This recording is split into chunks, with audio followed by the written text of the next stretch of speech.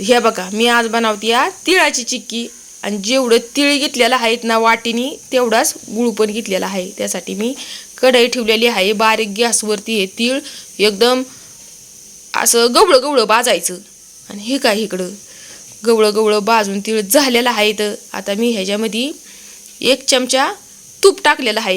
आता त्याच्यामध्ये गुळ टाकायचा। गुळ पण एकदम बारीक गॅसवरतीच परतायचा आणि असा परतायचा की हात अजिबात बदच ठेवायचा नाही। मोठा गॅस बिलकुल ही करायचा नाही। ही काय इकडं पलपटाला थोडंसं तूप लावून घेतलेलं आहे।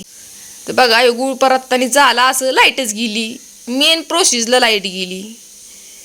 पण तुम्हाला थोडक्यात सांगते, हे असं परतायचं ना गुळ म्हणजे असा परतायचा की ह्याच्यामधून असं बुडबुड निघलं पाहिजे, तेव्हा म्हणायचं परफेक्ट हा गुळ परतलेला आहे। ही काय इकडं लाईट गेल्यामुळं डायरेक्ट मी ही प्रोसेस लई पटकन करायला लागते, कारण गुळ जर करापला ना तर सगळे चिक्कीचं टेस्ट बिघाडती या।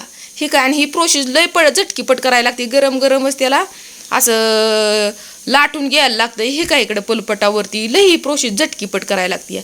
हे काय मी लाटून पण घेतलेलं आहे। आता गरम ह्याच्यातच त्याचं कापण्या पण पाडायला लागतात। ही काय इकडे चाकून मी आता ह्याच्या कापण्या पाडते। हे बघा गरम गरम ह्याच्यामध्येच हे कापायला लागत या, नाही तर कडक जर झालं ना तर दगडागत होतं या। म्हणून हे काय इकडे शंकरपाळ्यांसारखं मी असं बारीक बारीक कट केलेलं आहे। तर हे बघा लय बारीक चिक्की होती बरं का, एकदम कुरकुरीत अशी, वाटतच नाही की ही आपण घरी बनवली म्हणून, असं वाटतं बाहेरूनच विकत आणली। तुम्ही पण नक्की करून बघा अशा प्रकारे चिक्की, खूप चवदार मस्त होती। ठेवते बरं का आता।